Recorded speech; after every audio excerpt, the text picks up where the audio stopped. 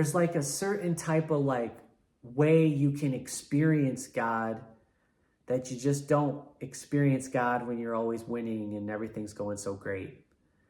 And in a sort of a way, after you experience that, it can kind of be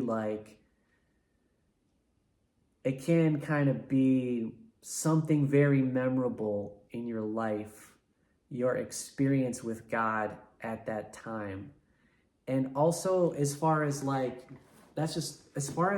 being poor in spirit, if you're just like, man, nothing can get worse,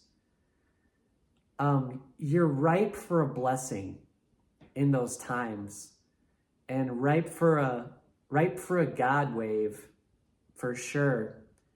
And so what can we glean from that? When things are going really bad or you're perceiving things as really terrible, talk to God, sing to God, read the Bible, be still, and give it over to God. And how does one give it over to God?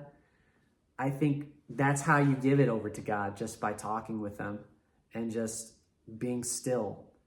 Let God move the things around you while you're being still, and just see how God is moving the things around you in that time. Here we go. Blessed are those who mourn, for they shall be comforted. Same thing. Blessed are the meek, for they shall inherit the earth. I got the MacArthur Bible here, and there's a whole bunch of commentary at the bottom. Let's see what he says. Let's see what John MacArthur and staff say about blessed are the meek, for they shall inherit the earth. That's going to be 5:6. The meek is the opposite of being out of control. It is not weakness, but supreme self-control empowered by the Spirit. The fact that the meek shall inherit the earth is quoted from Psalms. Okay, and blessed are those who hunger and thirst for righteousness. In my life, I can see that's kind of happening right now with these YouTube videos, and just putting out YouTube videos and getting some subscribers. And I feel like doing this right here is something that I can really be proud of, instead of trying to make money with it, or trying to put my music out just so people will listen to it so I can get fans. Like, for what? But I feel like this is something that anybody I know, I'm fine with anybody I know seeing this video. It's something I can be super proud of. And I think that I call it the swirl. When you take action, I believe in action. And when you take action and you thirst, and you're like, okay, here we go. I'm walking through the door.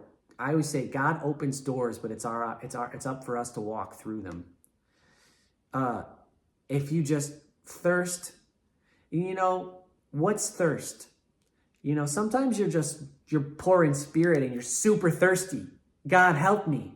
That's one thing. But sometimes you just take a little sip of Kool-Aid and you're like, ooh, that was tasty. And then you get to having another sip of Kool-Aid. You're like, now you're chugging Kool-Aid. That's kind of what I'm doing right now. I'm kind of sipping the gospel. And I'm sipping and I'm sipping and I'm sipping.